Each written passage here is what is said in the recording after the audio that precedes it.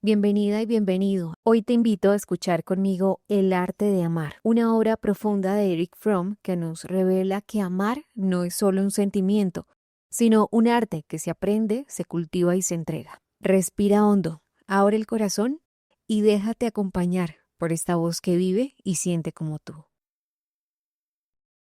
Capítulo 3. El amor y su desintegración en la sociedad occidental contemporánea. Si el amor es una capacidad del carácter maduro, productivo, de ello se sigue que la capacidad de amar de un individuo perteneciente a cualquier cultura dada depende de la influencia que esa cultura ejerce sobre el carácter de la persona media. Al hablar del amor en la cultura occidental contemporánea, entendemos preguntar si la estructura social de la civilización occidental y el espíritu de que ella resulta. Plantear tal interrogante es contestarlo negativamente. Ningún observador objetivo de nuestra vida occidental puede dudar de que el amor, fraterno, materno y erótico, es un fenómeno relativamente raro y que en su lugar hay cierto número de formas de pseudoamor que son en realidad otras tantas formas de la desintegración del amor. La sociedad capitalista se basa en el principio de libertad política, por un lado, y del mercado como regulador de todas las relaciones económicas y, por lo tanto, sociales, por el otro. El mercado del producto determina las condiciones que rigen el intercambio de mercancías y el mercado del trabajo regula la adquisición y venta de la mano de obra. Tanto las cosas útiles como la energía y la habilidad humanas se transforman en artículos que se intercambian sin utilizar la fuerza y sin fraude en las condiciones del mercado. Los zapatos, por útiles y necesarios que sean, carecen de valor económico, valor de intercambio. Si no hay demanda de ellos en el mercado, la energía y la habilidad humanas no tienen el valor de intercambio si no existen demandas en las condiciones existentes en el mercado. El poseedor de capital puede comprar mano de obra y hacerla trabajar para la provechosa inversión de su capital. Tal estructura económica se refleja en una jerarquía de valores. El capital domina el trabajo, las cosas acumuladas, lo que está muerto, tiene más valor en el trabajo, los poderes humanos y lo que está vivo. Tal ha sido la estructura básica del capitalismo desde sus comienzos, y si bien caracteriza todavía al capitalismo moderno, se han modificado ciertos factores que dan al capitalismo contemporáneo sus cualidades específicas y ejercen una honda influencia sobre la estructura caracterológica del hombre moderno. Presenciamos un proceso siempre creciente de descentralización y concentración del capital. Las grandes empresas se expanden continuamente, mientras las pequeñas se asfixian. La posesión del capital invertido en tales empresas está cada vez más separado de las funciones de administrarlas. Cientos de miles de accionistas poseen la empresa. Una burocracia administrativa bien pagada, pero que no posee la empresa, la maneja. Esas burocracias están menos interesadas en obtener beneficios máximos en la expansión de la empresa y en su propio poder. La concentración creciente de capital y el surgimiento de una poderosa burocracia administrativa corren parejas con el desarrollo del movimiento laboral. A través de la sindicalización del trabajo, el trabajador individual no tiene que comerciar por y para sí mismo en el mercado laboral. Pertenece a grandes sindicatos dirigidos también por una poderosa burocracia que lo representa ante los colosos industriales. La iniciativa ha pasado, para bien o para mal, del individuo a la burocracia, tanto en lo que respecta al capital como en el trabajo. Un número cada vez mayor de individuos deja de ser independiente y comienza a depender de quienes dirigen los grandes imperios económicos. Otro rasgo decisivo que resulta de esa concentración del capital y característico del capitalismo moderno es la forma específica de la organización del trabajo. Empresas sumamente centralizadas con una división radical del trabajo conducen a una organización donde el trabajador pierde su individualidad, en la que se convierte en un engranaje no indispensable de la máquina. El problema humano del capitalismo moderno puede formularse de la siguiente manera. El capitalismo moderno necesita hombres que cooperen mansamente y en gran número, que quieran consumir cada vez más y cuyos gustos estén estandarizados y puedan modificarse y anticiparse fácilmente. Necesito hombres que se sientan libres e independientes, no sometidos a ninguna autoridad, principio o conciencia moral, dispuestos, empero, a que lo manejen, a hacer lo que se espera de ellos, a encajar sin dificultades en la máquina social, a los que se pueda guiar sin recurrir a la fuerza, conducir sin líderes, impulsar sin finalidad alguna, excepto la de cumplir, apresurarse, funcionar, seguir adelante. ¿Cuál es el resultado? El hombre moderno está enajenado de sí mismo, de sus semejantes y de la naturaleza. Se ha transformado en un artículo, experimenta sus fuerzas vitales como una inversión que debe producirle el máximo de beneficios posibles en las condiciones imperantes del mercado. Las relaciones humanas son esencialmente las de autómatas enajenados, en la que cada uno basa su seguridad en mantenerse cerca del rebaño y en no diferir en el pensamiento, el sentimiento o la acción, al mismo tiempo que todos tratan de estar tan cerca de los demás como sea posible. Todos permanecen tremendamente solos, invadidos por el profundo sentimiento de inseguridad, de angustia y de culpa que surge siempre que es posible superar la separatidad humana. Nuestra civilización ofrece muchos paliativos que ayudan a la gente a ignorar inconscientemente esa soledad. En primer término, la estricta rutina del trabajo burocratizado y mecánico que ayuda a la gente a no tomar conciencia de sus deseos humanos más fundamentales, del anhelo de trascendencia y unidad. En la medida en que la rutina sola no basta para lograr ese fin, el hombre se sobrepone a su desesperación inconsciente por medio de la rutina de la diversión. La consumición pasiva de sonidos y visiones que ofrece la industria del entretenimiento, y además por medio de la satisfacción de comprar siempre cosas nuevas y cambiarlas inmediatamente por otras. El hombre moderno está actualmente muy cerca de la imagen que Huxley escribió en Un mundo feliz, bien alimentado, bien vestido, sexualmente satisfecho y no obstante sin yo, sin contacto alguno. La felicidad del hombre moderno consiste en divertirse. Divertirse significa la satisfacción de consumir y asimilar artículos, espectáculos, comida, bebidas, cigarrillos, gente, conferencias, libros, películas. Todo se consume, todo se traga. El mundo es un enorme objeto de nuestro apetito, una gran manzana, una gran botella, un enorme pecho. Todos succionamos, los eternamente expectantes, los esperanzados y los eternamente desilusionados. Nuestro carácter está equipado para intercambiar y recibir, para traficar y consumir. Todo, tanto los objetos materiales como los espirituales, se convierten en objeto de intercambio y de consumo. La situación en lo que atañe al amor corresponde inevitablemente al carácter social del hombre moderno. Los autómatas no pueden amar, pueden intercambiar su bagaje de personalidad y confiar en que la transacción sea equitativa. Una de las expresiones más significativas del amor y en especial del matrimonio, con esa estructura enajenada, es la idea del equipo. En innumerables artículos sobre el matrimonio feliz, el ideal descrito es el de un equipo que funciona sin dificultades. Tal descripción no difiere demasiado de la idea de que un empleado que trabaja sin inconvenientes debe ser razonablemente independiente, cooperativo, tolerante y al mismo tiempo ambicioso y agresivo. Así el consejero matrimonial no dice que el marido debe comprender a su mujer y ayudarla. Debe comentar favorablemente su nuevo vestido y un plato sabroso. Ella, a su vez, debe mostrarse comprensiva cuando él llega a su hogar fatigado y de mal humor. Debe escuchar de antemano sus comentarios sobre sus problemas en el trabajo. No debe mostrarse enojada, sino comprensiva cuando él olvida sus cumpleaños. Ese tipo de relaciones no significa otra cosa que una relación bien aceitada entre dos personas que siguen siendo extrañas toda su vida, que nunca logran una relación central, sino que se tratan con cortesía y se esfuerzan por hacer que el otro se sienta mejor.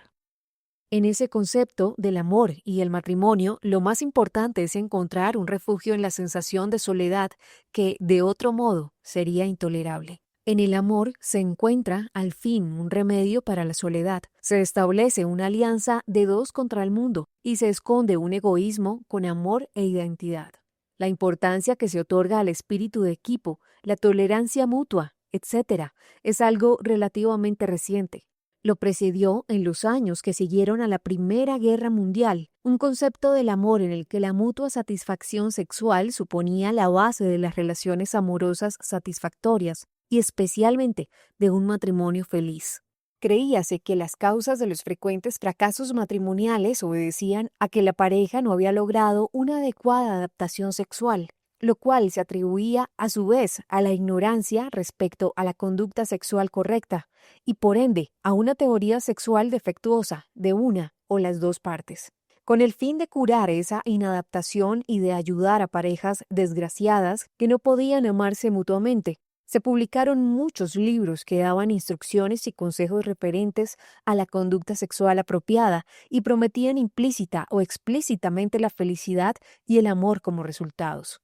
Se partía del principio de que el amor es el hijo del placer sexual y que dos personas se amarán si aprenden a satisfacerse recíprocamente en el aspecto sexual. Correspondían a la ilusión general de la época suponer que el uso de las técnicas adecuadas es la solución no solo de los problemas técnicos de la producción industrial, sino también de todos los problemas humanos. Se desconocía totalmente el hecho de que la verdad es precisamente lo contrario. El amor no es un resultado de la satisfacción sexual adecuada. Por el contrario, la felicidad sexual y aún el conocimiento de la llamada técnica sexual es el resultado del amor. Si aparte de la observación diaria fueran necesarias más pruebas en apoyo de esa tesis, podrían encontrarse en el vasto material de los datos psicoanalíticos, el estudio de los problemas sexuales más frecuentes, frigidez en las mujeres, y las formas más o menos serias de impotencia psíquica en los hombres, demuestra que la causa no radica en una falta de conocimiento de la técnica adecuada, sino en las inhibiciones que impide amar. El temor o el odio al otro sexo están en la raíz de las dificultades que impiden a una persona entregarse por completo, actuar espontáneamente, confiar en el compañero sexual, en lo inmediato y directo de la unión sexual. Si una persona sexualmente inhibida puede dejar de temer u odiar y tornarse entonces capaz de amar, sus problemas sexuales están resueltos. Si no, ningún conocimiento sobre técnicas sexuales le servirá de ayuda. Pero si bien los datos de la terapia psicoanalítica señalan la falacia de la idea de que el conocimiento de la técnica sexual apropiada conduce a la felicidad sexual y al amor, la suposición subyace de que el amor es el concomitante de la mutua satisfacción sexual está determinada en alto grado por las teorías de Freud. Para Freud, el amor es básicamente un fenómeno sexual. El hombre, al descubrir por experiencia que el amor sexual le proporcionaba su gratificación máxima, de modo que se convirtió en realidad de un prototipo de toda felicidad para él, debió, en consecuencia, haberse visto impedido a buscar su felicidad por el camino de las relaciones sexuales, a hacer de su erotismo genital el punto central de su vida. Para Freud, la experiencia del amor fraterno es un producto del amor sexual, pero en el cual el instituto sexual se transforma en un impulso con finalidad inhibida. Originalmente el amor con una finalidad inhibida estaba sin duda lleno de amor sensual y lo sigue estando aún en el inconsciente del hombre, en lo que se atañe al sentimiento de fusión, de unidad, sentimiento oceánico que constituye la esencia de la experiencia mística y la raíz de la más intensa sensación de unión con otra persona o con nuestros semejantes. Freud lo interpreta como un fenómeno patológico, como una regresión a un estado de temprano narcisismo ilimitado. Freud está solo a un paso de afirmar que el amor en sí mismo es un fenómeno irracional. Para él no existen diferencias entre el amor irracional y el amor como una expresión de la personalidad madura. En un trabajo sobre el amor transferencial, señaló que éste no difiere esencialmente del fenómeno normal del amor. Enamorarse linda siempre con lo anormal. Siempre se acompaña de ceguera a la realidad, compulsividad y constituye una transferencia de los antojos amorosos de la infancia. El amor como fenómeno racional, como máximo logro de madurez, no es para Freud materia de investigación, puesto que no tiene existencia real. Sin embargo, sería un error sobreestimar la influencia de las ideas de Freud sobre el concepto de que el amor es el resultado de la atracción sexual, o que es lo mismo que la satisfacción sexual reflejada en el sentimiento consciente. Esencialmente, el nexo casual siguió la dirección opuesta. Algunos de los factores que influyeron tanto sobre el concepto popular como sobre el freudiano fueron, en primer término, una reacción contra las estrictas normas de la era victoriana. El segundo factor determinante de las teorías de Freud reside en el concepto de hombre prevaleciente, concepto que se basa en la estructura del capitalismo. A fin de demostrar que el capitalismo corresponde a las necesidades naturales del hombre, había que probar que el hombre era por naturaleza competitivo y hostil a los demás. mientras los economistas demostraban esto en función del insaciable deseo de beneficio económico y los darwinistas en función de la ley biológica de la supervivencia del más apto. Freud llegó a idéntico resultado partiendo de la suposición de que el hombre está movido por un insaciable deseo de conquista sexual de todas las mujeres y que solo la presión de la sociedad le impide obrar de acuerdo con sus deseos. Como resultado, los hombres son necesariamente celosos los unos de los otros y los celos y la competencia recíprocos subsistirían aunque todas sus causas sociales y económicas desaparecieran. Eventualmente, el pensamiento freudiano acusó una marcada influencia del tipo de materialismo predominante en el siglo XIX. Creíase que el sustrato de todos los fenómenos mentales se encontraban en los fenómenos fisiológicos. Por consiguiente, Freud consideró el amor, el odio, la ambición, los celos como otros tantos productos de las diversas formas de instinto sexual. No vio que la realidad básica está en totalidad de la existencia humana. En primer término, en la situación común a todos los hombres. En segundo lugar, en la práctica de la vida determinada por la estructura específica de la sociedad. Marx dio un paso decisivo más allá de este tipo de materialismo en su propio materialismo histórico, según el cual ni el cuerpo, ni un instinto, tal como la necesidad de alimento o de posesiones, constituye la clave de la comprensión del hombre, sino la totalidad del proceso vital del hombre, su práctica de la vida.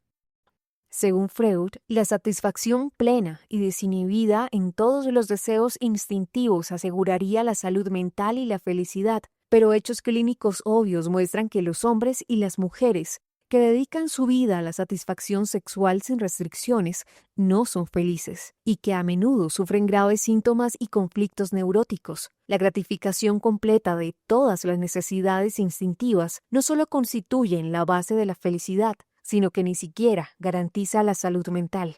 Las tesis freudianas pudieron llegar a popularizarse tan solo en el periodo que siguió a la Primera Guerra Mundial, a causa de los cambios ocurridos en el espíritu del capitalismo, del énfasis en ahorrar al énfasis en gastar, de la autofrustración como medio de lograr el éxito económico al consumo como base de un mercado en constante expansión y como principal satisfacción para el individuo angustiado, automatizado. Tanto en la esfera de lo sexual cuanto en la del consumo material, la tendencia fundamental era no postergar la satisfacción de ningún deseo. Es interesante comparar los conceptos de Freud que corresponden al espíritu del capitalismo tal como existían aún intacto en los comienzos del siglo, con los conceptos teóricos de uno de los más brillantes psicoanalistas contemporáneos, ya fallecido, H.S. Sullivan. En el sistema psicoanalítico de Sullivan encontramos, en contraste con el de Freud, una estricta división entre sexualidad y amor. ¿Qué significado tiene el amor y la intimidad en el concepto de Sullivan? Intimidad es un tipo de situación que comprende a dos personas y que permite la validación de todos los componentes de la excelencia personal. Tal validación requiere un tipo de relación que llamó colaboración, entendiendo por ella adaptaciones formuladas en la propia conducta a necesidades manifiestas de la otra persona, en persecución de las satisfacciones cada vez más idénticas. Esto es, satisfacciones cada vez más mutuas y para el mantenimiento de operaciones de seguridad más y más similares. Si liberamos ese pasaje de su lenguaje algo complicado, la esencia del amor se ve en una situación de colaboración en la que dos personas sienten.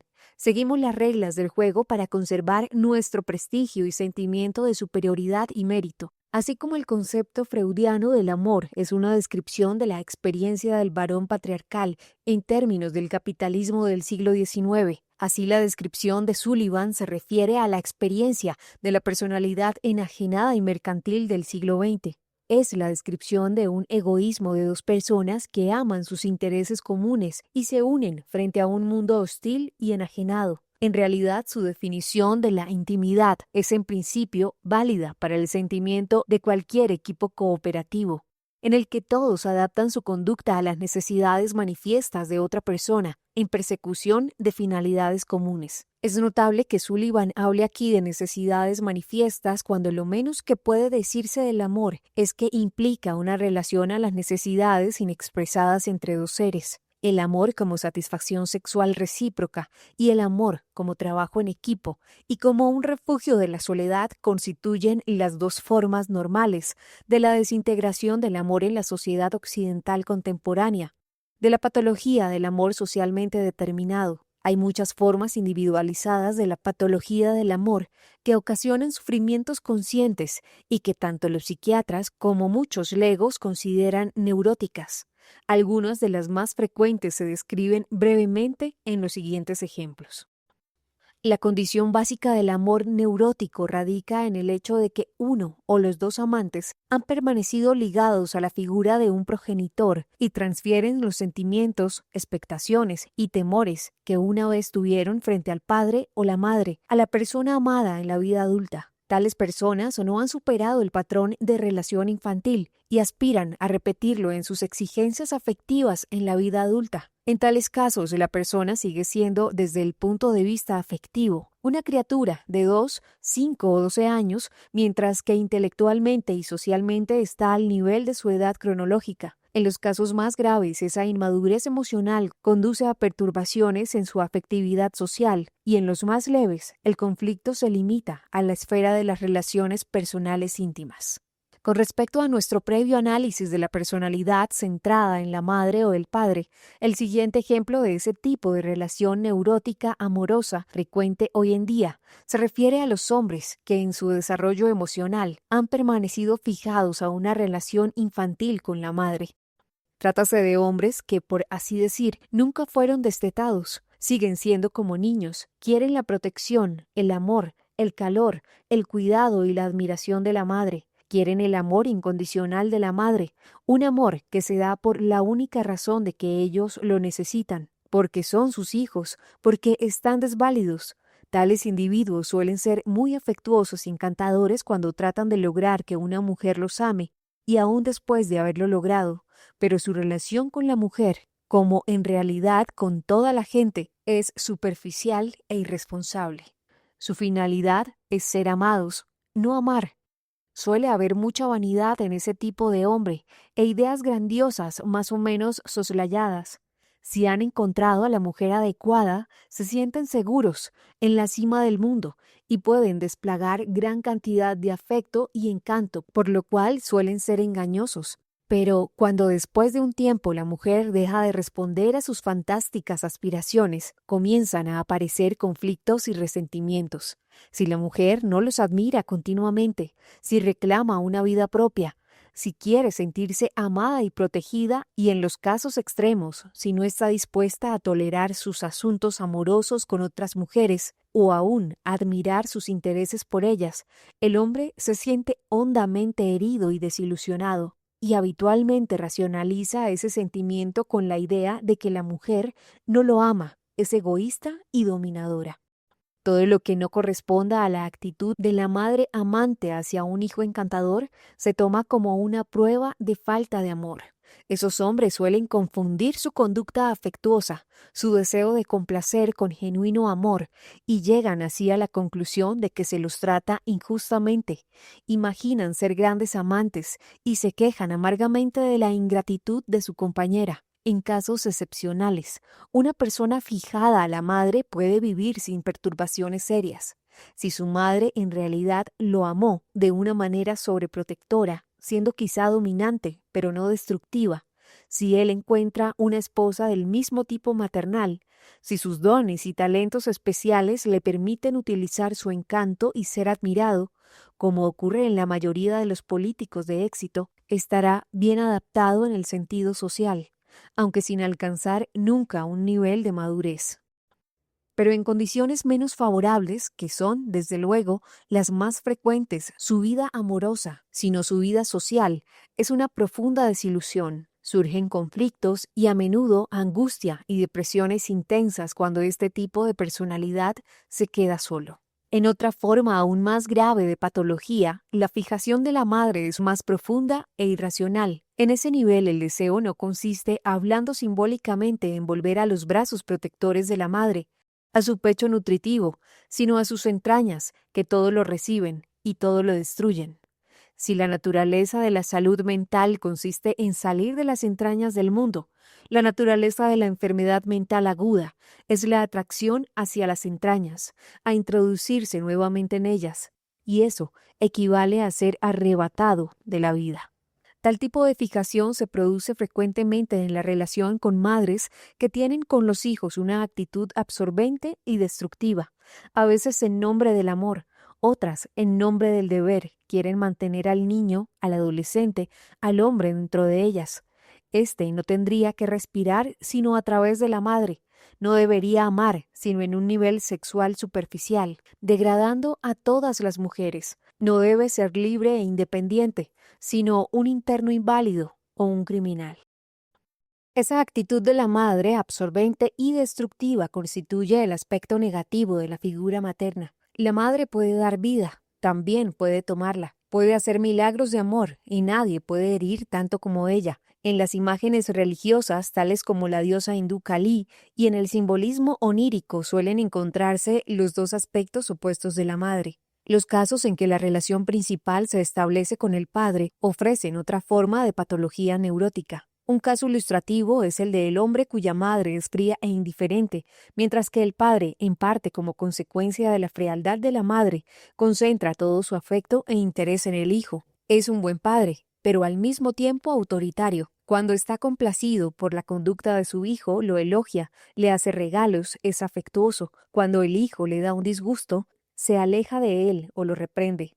El hijo, que solo cuenta con el afecto del padre, se comporta frente a éste como un esclavo. Su finalidad principal en la vida es complacerlo, y cuando lo logra, es feliz, seguro y satisfecho.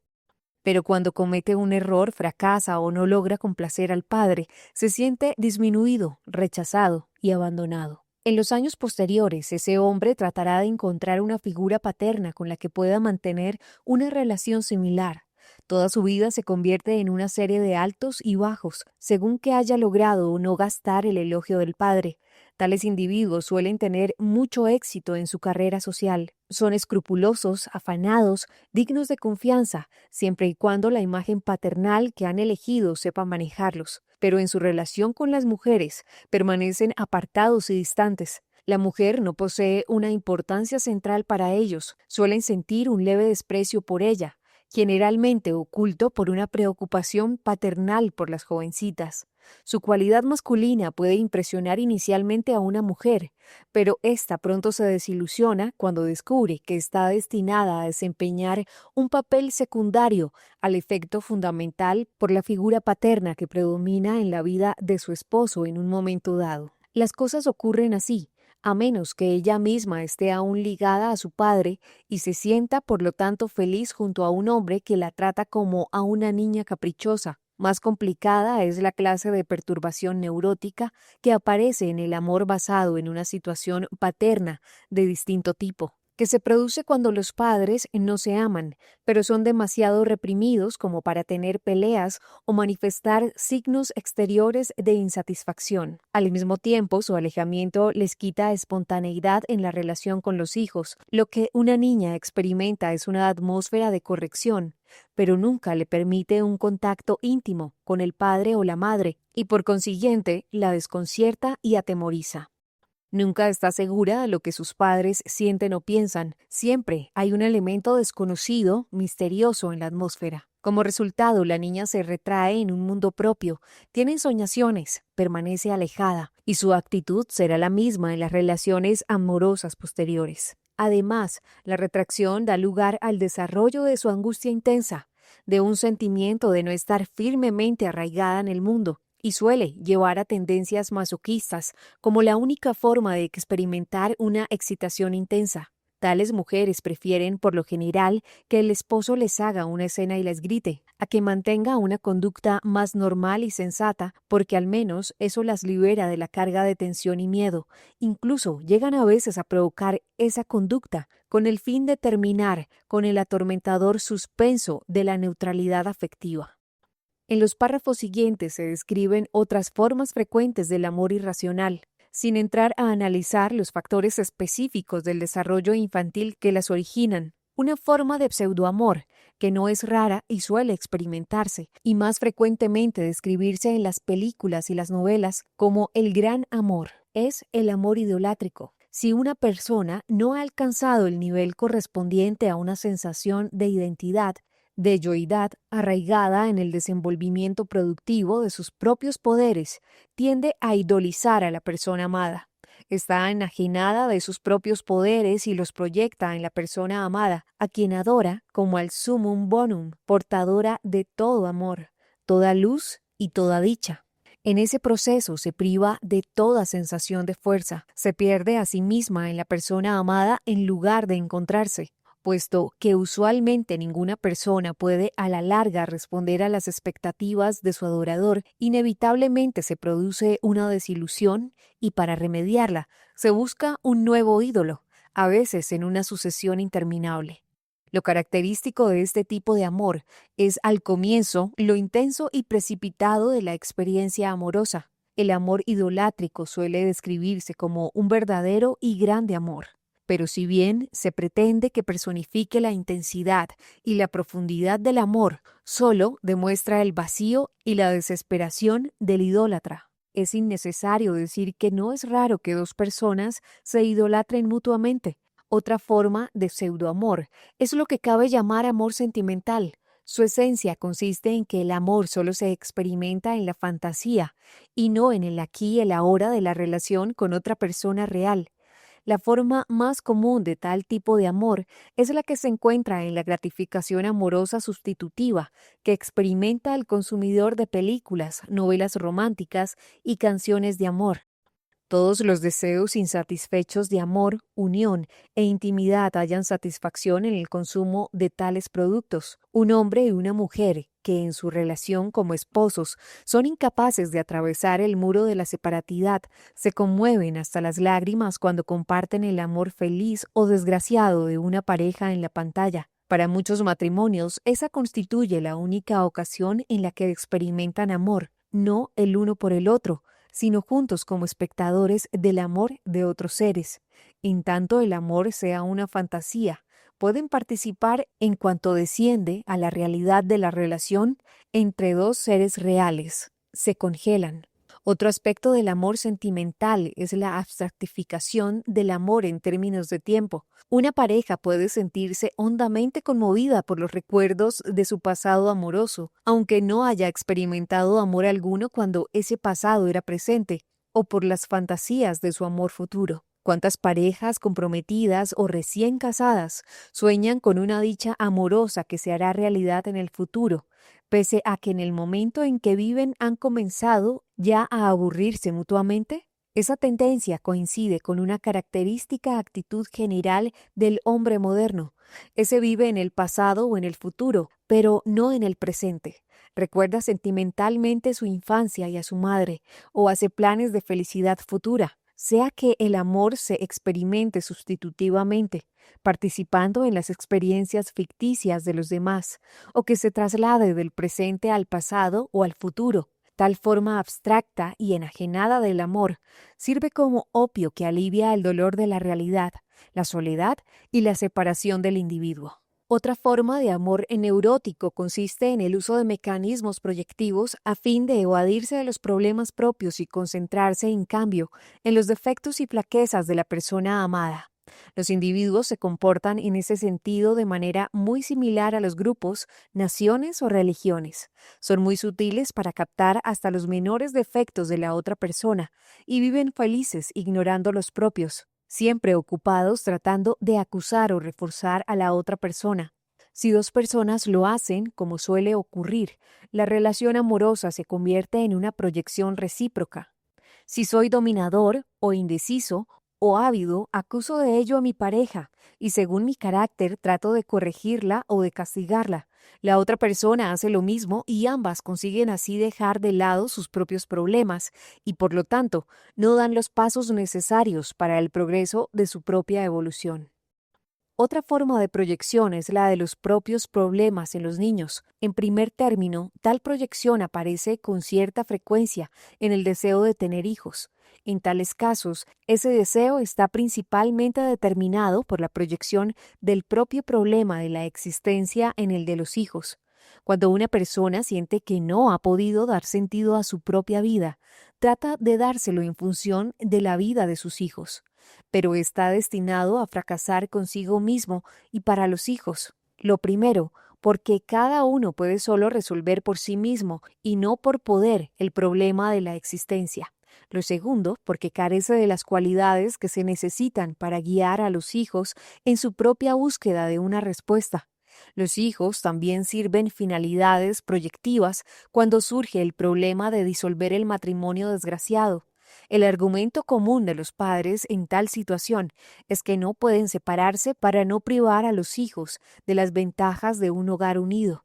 Cualquier estudio detallado demostraría, empero, que la atmósfera de tensión e infelicidad dentro de la familia unida es más nociva para los niños que una ruptura franca, que les enseña, por lo menos, a que el hombre es capaz de poner fin a una situación intolerable por medio de una decisión valiente. Debemos mencionar aquí otro error muy frecuente, la ilusión de que el amor significa necesariamente la ausencia del conflicto, así como la gente cree que el dolor y la tristeza deben evitarse en todas las circunstancias, supone también que el amor significa la ausencia de todo conflicto, y encuentra buenos argumentos en favor de esa idea, en el hecho de que las disputas que observan a diario no son otra cosa que intercambios destructivos, que no producen bien alguno a ninguno de los interesados, pero el motivo de ello está en el hecho de que los conflictos de la mayoría de la gente constituyen en realidad intentos de evitar los verdaderos conflictos reales. Son desacuerdos sobre asuntos secundarios y superficiales que por su misma índole no contribuyen a aclarar ni a solucionar nada. Los conflictos reales entre dos personas, los que no sirven para ocultar o proyectar, sino que se experimentan en un nivel más profundo de la realidad interior a la que pertenecen, no son destructivos, contribuyen a aclarar, producen una catarsis de la que ambas personas emergen con más conocimiento y más fuerza, y eso nos lleva a destacar algo que dijimos antes. El amor solo es posible cuando dos personas se comunican entre sí desde el centro de sus existencias. Por lo tanto, cuando cada una de ellas se experimenta a sí misma en el centro de su existencia, solo en esa experiencia central está la realidad humana, solo allí hay vida, solo allí está la base del amor. Experimentando en esa forma el amor en un desafío constante, no un lugar de reposo, sino un moverse, crecer, trabajar juntos. Que haya armonía o conflicto, alegría o tristeza es secundario con respecto al hecho fundamental de que dos seres se experimentan desde la esencia de su existencia, de que son el uno con el otro al ser uno consigo mismo y no al huir de sí mismos. Solo hay una prueba de presencia de amor, la hondura de la relación y la vitalidad y la fuerza de cada una de las personas implicadas. Es por tales frutos por los que se reconoce el amor. Así como los autómatas no pueden amarse entre sí, tampoco pueden amar a Dios. La desintegración del amor a Dios ha alcanzado las mismas proporciones que la desintegración del amor al hombre. Ese hecho yace en evidente contradicción con la idea de que estamos en presencia de un renacimiento religioso en nuestra época. Nada podría estar más lejos de la verdad. Lo que presenciamos, si bien hay excepciones, es una regresión a un concepto idolátrico de Dios y una transformación del amor a Dios en una relación correspondiente a una estructura caracterológica enajenada. Es fácil comprobar tal regresión. La gente está angustiada, carece de principios o fe, no la mueve otra finalidad que la de seguir adelante. Por lo tanto, siguen siendo criaturas, confiando en que el padre o la madre acuda a ayudarlos cuando lo necesiten. Es verdad que en diversas culturas religiosas, como la de la Edad Media, el hombre corriente también consideraba a Dios un padre y una madre protectores, pero al mismo tiempo también tomaba a Dios en serio, en el sentido de que la meta fundamental de su vida era vivir según los principios de Dios, hacer de la salvación su preocupación suprema, a la cual subordinaba todas las demás actividades. Nada queda de ese esfuerzo hoy en día. La vida diaria está estrictamente separada de cualquier valor religioso. Se dedica a obtener comodidades materiales y éxito en el mercado de la personalidad. Gracias por regalarte este espacio y por dejar que mi voz te acompañara. Si algo de este libro tocó tu corazón, suscríbete al canal, comparte este audio y sigue explorando más lecturas conmigo en Voz Púrpura. Aquí siempre habrá un lugar para ti. Hasta pronto y que el amor siga siendo tu arte.